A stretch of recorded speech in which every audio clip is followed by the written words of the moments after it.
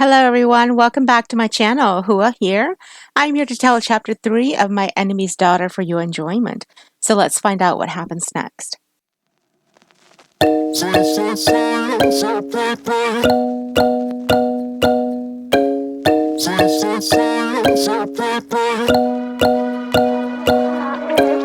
Red eyes, strobe lights moving across the walls.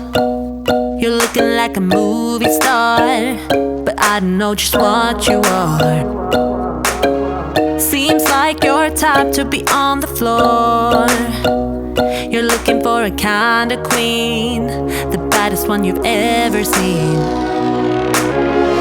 You're shining bright as crystal, moving like a twister. Ooh, I'm swaying to the hits, boy, loving every disco. The latest kill was roasting on the open fire as the night sky began to fill up with stars. The wind had died down and the air was balmy. Hayden was watching her through the flames of the fire, catching her tongue extending to lick her lips each time she pulled the flesh of the cheetah to eat. He hadn't meant to use her as bait, but he had no choice, and if he didn't do something, they would be starving. For the first time in his life, he had met a woman so annoying that he didn't know what to do with her. Her temper was a spitfire, and although she was the enemy, he felt as if she herself was trying to run from her own home. He too, if he had to marry someone like her husband. "You're awfully quiet for someone who couldn't stay silent a moment ago," Hayden said. She rolled her eyes and continued eating. "Unlike you, I am minding my manners while eating." He laughed. "Minding your manners while eating? I have been watching you, and you are nowhere near mindful at all. You eat the same as you speak, unaware of your actions." She lowered her food, and her eyes glared at him. "Well, you should know. You're a brute of war, aren't you?" Smiling, he replied, "My excuse is that I am a brute. What is yours? Are women of your status and kind not raised to behave a certain way, or else fear losing a good husband?" When her eyes lowered, he laughed and clapped his hands together. She shot her eyes up at him as he shook his head in disbelief. "I can't believe I didn't figure it out, Duchess. You have managed to lose every single hand in marriage, didn't you? Is that why the old man is the name now you carry as husband?" She blushed and brought the meat to bite. "It doesn't matter. He should roll over soon and die, and I should be a rich duchess." Laughing, Hayden said, "No, my lady, you are mistaken quite heavy. Men who are like the Duke will live even longer with a pretty wife at arm's length." Hayden watched as she paused, and then her eyes lost the shine she held just moments ago. She looked up at him with a sadness and threw the meat into the fire where it sizzled. "You should know you are a man." "Don't feel bad. Perhaps I may be proven wrong, Duchess." "Don't call me Duchess. I prefer Lilac by itself." Hayden shrugged and threw in another log. "I plan to call you whatever I like, and right now I like Duchess." He looked up at her. "Why did you marry such an old hag like him anyways?" Lilac wrapped her arms around her knees and stared into the fire. "The subject of my marriage is not up for discussion. I much rather speak of my release from you." Laughing, Hayden replied, "My, what requests you still make as a slave, Duchess. Might I remind you that you no longer are around your people of Zion? Here, the only person who may honor or deny your demands is me, and right now your requests are falling onto deaf ears." She shot to her feet. "Why must you hold me hostage? You are freed, are you not?" He stood and walked to her. "I do as I please. I think a large part of your heart is quietly thanking me for taking you away from that old man. Watching you walk down the aisle on your wedding day was a nightmare. Even criminals getting their heads removed had brighter eyes." Lilac screamed out frustration and lunged at him, her nails taking a chunk of his flesh, and he backed up. He touched his wound, and then he grabbed her by the shoulders, and to her horror, slammed his lips against hers. The action caused her to suddenly forget everything, and when the feeling of warmth began to uncoil from her belly, she brought up her hands and pushed him away. "You buffoon! How dare you take a kiss when not granted? This is why the city of Zion has always been at war with you. You never ask, but simply just demand and take. I should not be surprised, though, for if a king such as you rules Silion, it should be running with empty-hearted fools. He grabbed her again, and this time he brought her hand to touch one of the wounds on his chest. Do you feel that, Duchess? She remained quiet. That came from the arrow of your people, when they were chasing after a young girl of 10 winters to savage in the fields of your great Zion city. She was a daughter of a miner and was captured by your guards, brought to prison, and the guards planned to have their wicked ways with her. When she escaped from their hunting grounds, I was too late, for I had been ambushed by your royal soldiers. The girl lives today because I was able to bring her back home, but never will she ever have the chance of becoming a mother because of what those bastards did to her. Lilac began shaking, and when she tried to remove her hand, he held it in place. She felt her heart tremor. You lie. Blood and wounds do not lie. Neither does the eyes of the young girl who lives with the nightmares.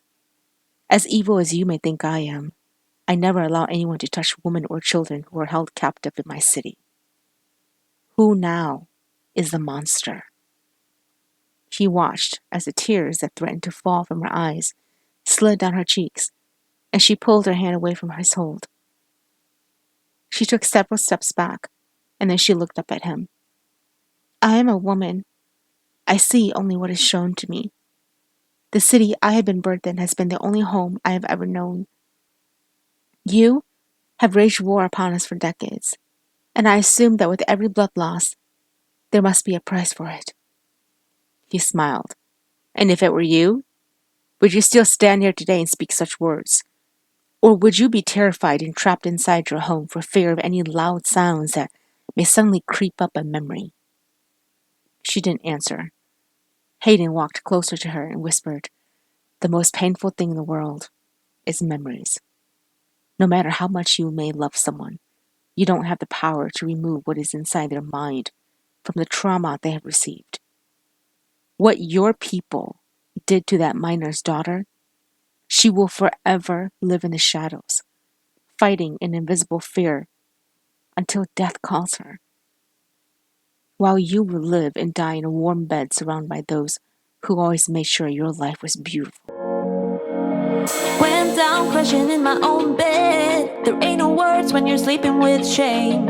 All out and yet still wide awake. There ain't no prayer when you're sleeping on nails. When words fail you and all that you can do is look away. Yeah, and the image in my mind is burning each other down, it's pain. If you could only say it's you, always you. And baby, His words haunted her that night as she slept underneath the stars for the first time in her life. The open air was not kind and was cold, and the fire was beginning to die down. Hayden was on the other side, and she could hear snoring softly. She gazed into the flames that danced before her and thought of the story he told her about the miner's daughter. It was heartbreaking, and she never knew the war stories, only that Silion people were evil and deserved to die. Hayden could have killed her, but he didn't. He made no intention in letting her go, but he also made sure she was well fed and safe. Of course, he had used her as bait and stolen a kiss, but those were small compared to the story he told her. When morning light hit, she yawned and woke to Hayden watching her, and she quickly sat up, feeling his eyes burned into her soul. You lack manners. Never gaze upon a woman still trapped in sleep unless you are her husband. He smiled. You are not easier to deal with even after a night's rest, are you? Send me back, and you'll have an easier time. You truly wish for it. Get used to being disappointed, Duchess. You're going with me to Silion and never returning to Zion.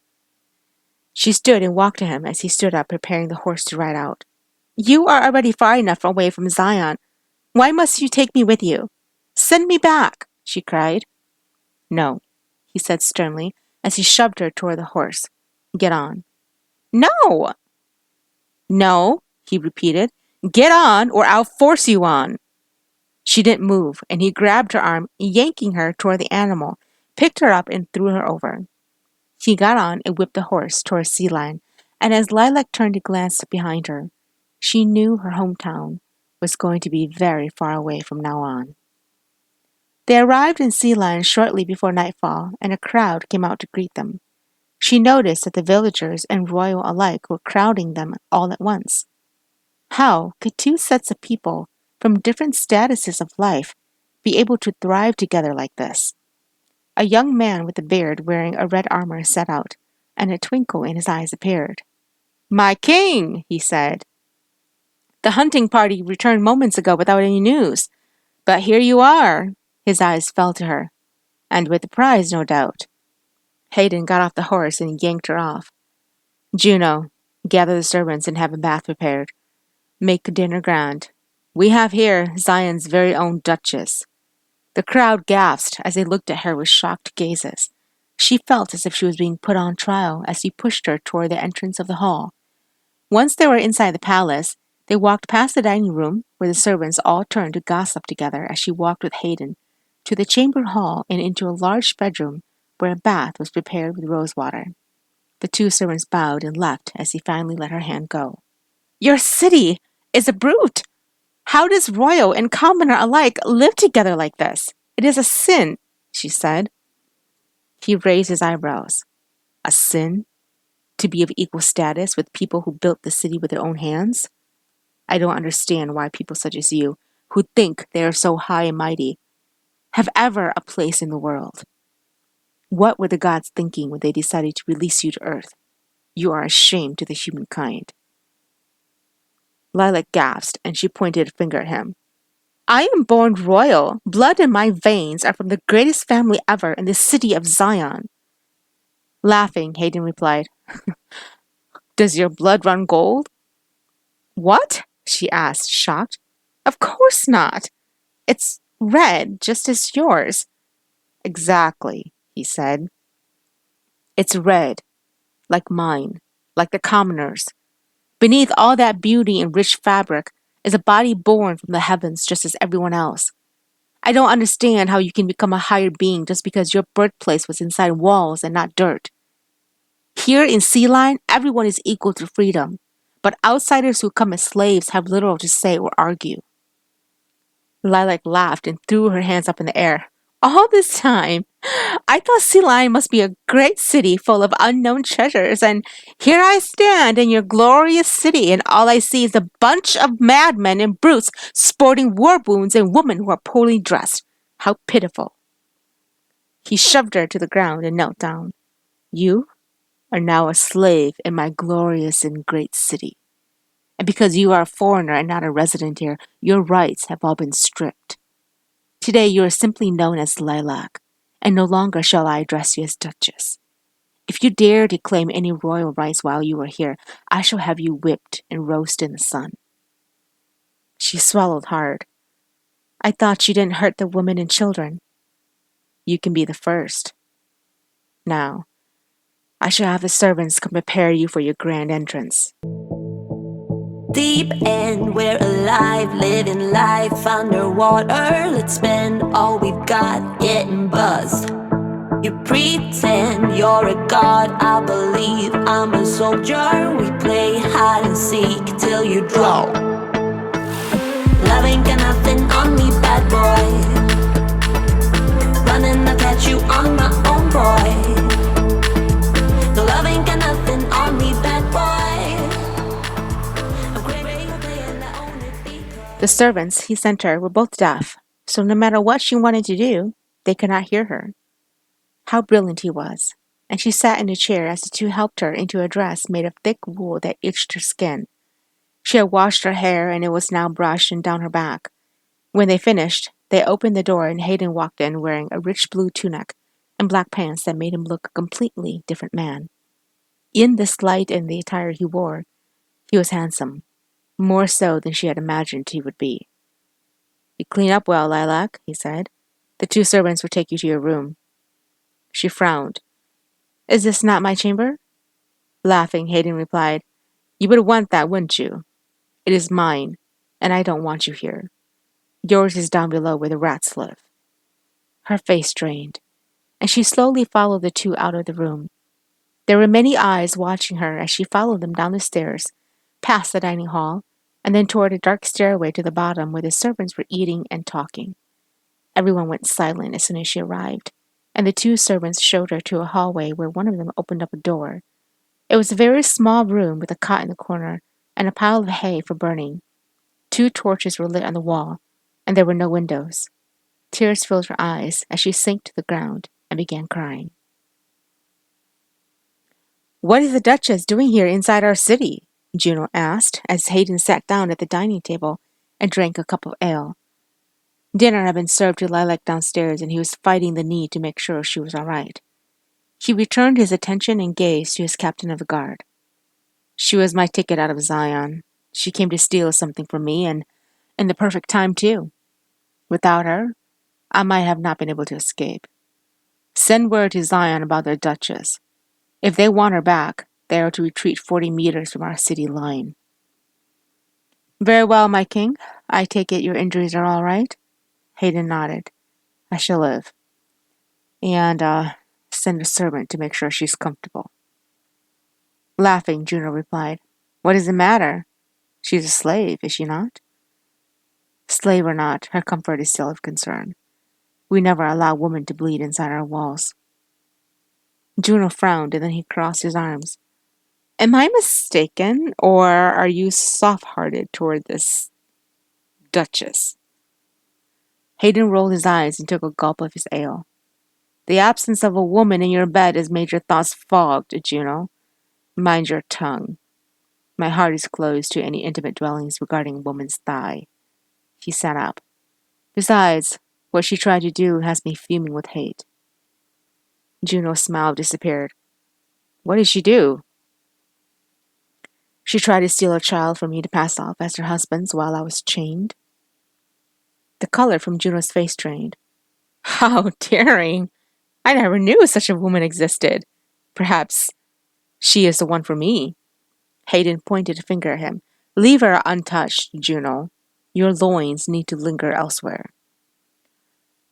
Early dawn arrived, and Lilac was rudely woken by a woman wearing a brown dress with red hair. She had a pair of green eyes, but although beautiful, she carried with her a smirk that made Lilac's heart fear her. She set a pail down, and then tossed a pile of clothes on the ground. "You must be the new wench, Lilac," she said. "I'm Eleanor. I'm to help aid you in getting started on your chores. You are to wash these and get them cleaned and hung out. The boiling pot of starch is ready for you." Lilac stood and stared at the clothes, and then raised her eyes back to Eleanor. "I don't know how to starch clothes." Laughing, Eleanor asked, "What planet are you from?" "Zion." The woman's smile faded, and then she walked over and slapped her across the face. The burn of the woman's palm made tears come to her eyes. Before Lilac knew it, the woman grabbed a handful of her hair and began pulling, yelling, and spitting. Lilac screamed and tried to push her away, but Eleanor was much too strong. "You witch!" Eleanor cried. "I curse the day you were born." "Enough!" Both women stopped, and Eleanor dropped to her knees at the sight of Hayden walking in. Lilac felt as if her hair follicles were torn from her scalp, and her cheek was burning. Shaking, she dropped to the cot and hugged her knees. "Get out," Hayden said. Eleanor quickly stood and left, closing the door behind her. He watched her for several moments, and then he asked, "Are you all right?" She stood and rushed to him, slamming her hands against his chest. "You imbecile! Why did you bring me here?" Hayden captured both of her hands in his and pushed her away, looking at her with dark eyes. Where was this spitfire when Eleanor was in the room? She didn't answer him. "You must forgive her. She is still hurting from past wounds. Remember the miner's daughter I told you about? Eleanor is her mother." Lilac quickly dropped her hands from his hold, and her heart broke. No wonder the woman had hated her so. She shoved her hands at her eyes and took a deep breath. "She has every right to. I am from Zion." Hayden reached out and touched her cheek, and she flinched. "Still," he whispered, "a hand was put on you. Are you all right?" Nodding, she replied, "I shall live." "What was she asking you to do?" Lilac pointed to the clothes on the ground. She said to starch the clothes, but I have always had people do it for me. I have never done it myself. I don't know how. He smiled. No better time to start than the present. I shall have someone else aid you and keep Eleanor away. Having your clothes starched and brought to you was a gift. Having to starch the clothes yourself was another. Lilac was in front of a hot pot of boiling starch, pushing the clothes with an oar that made her arms sore. She was sweating, hungry, and dizzy. She had never had to work this hard in her life. She thought back to how Anna had waited on her hand and foot, and suddenly she wanted to cry. By afternoon, she had finished the 4 barrels of clothes and brought all of them to hang out to dry. When she returned, the man who had greeted them yesterday came to stand before her and gave her a smile. "You have worked hard, Duchess. You must be famished. King Hayden requests your presence at the dining hall." "I'm not your Duchess. My name is Lilac, and you can tell your king I am not hungry." He smiled. "Oh, but you should tell that to him yourself. I am merely a messenger sent to do my duty, which I have done now. Lilac, a little bit of advice for you. Although our great city of Silion doesn't hurt women and children like Zion, we have little patience when it comes to words spoken without care. Right now, you have the good protection of King Hayden, but if you continue to act high and mighty, he can have you chained like how your kind treated him." Lilac smirked. "My people have always been kind. It is yours that need a lesson." She walked past him and toward the hall when her eyes fell onto a young girl sitting by the fire, holding a ragged doll. When she looked up, her eyes were hollow, almost lifeless, and she was very pale. The girl looked so sad and completely broken, and as Lilac continued staring, who should come out to clutch her but Eleanor? And Lilac's heart broke upon seeing the girl before her eyes. Thank you for tuning in. Chapter 4 will be out shortly.